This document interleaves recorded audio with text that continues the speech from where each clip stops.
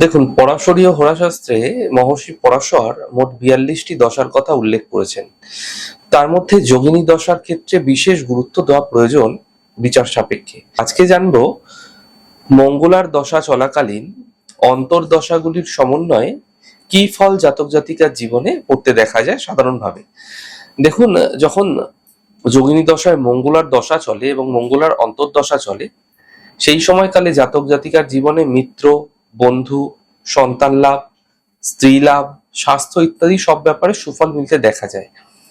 কিন্তু যখন মঙ্গলার দশা চলে এবং পিঙ্গলার অন্তর্দশা চলে, ঠিক সেই সময়কালে আত্মীয় কুটুম্ব সুখ নাশ হতে দেখা যায়। আত্মীয় কুটুম্ব থেকে মানসিক উদ্বেগ সর্বদাই বৃদ্ধি পেতে থাকে এবং অসুস্থতা জীবনে কিন্তু তাকে খারাপ দিক থেকে উন্মোচিত করে, অর্থাৎ কোনো না কোনো খারাপ রোগ তার জীবনে হঠাৎ করে চলে আসতে পারে।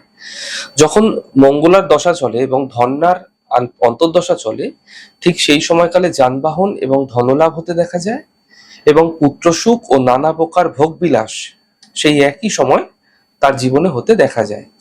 কিন্তু যখন মঙ্গলার দশা চলছে, ভ্রামরীর অন্তর্দশা চলছে, ঠিক সেই সময়কালে স্ত্রী এবং মিত্রের সঙ্গে ঝগড়া বিবাদ, অর্থাৎ কাছের মানুষের সঙ্গে ঝগড়া বিবাদ বেশি হয় এই সময়কালে।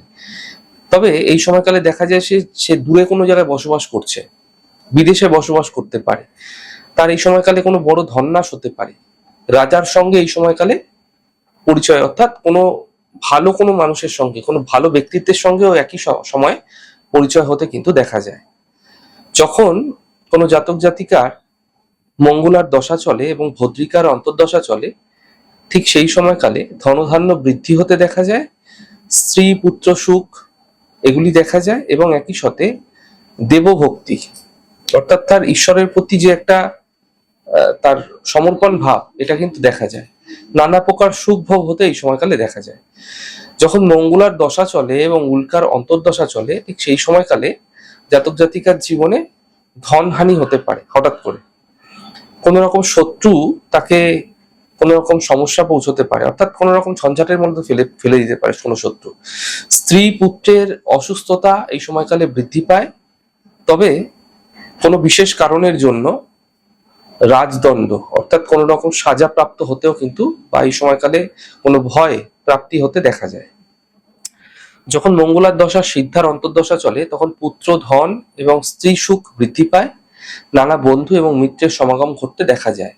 তবে মঙ্গলার দশা সংকটার অন্তর্দশাতে জল, আগুন, রাজভয়, ঝগড়া বিবাদ এবং মৃত্যুতুল্য কষ্ট প্রাপ্তি হতে দেখা যায়।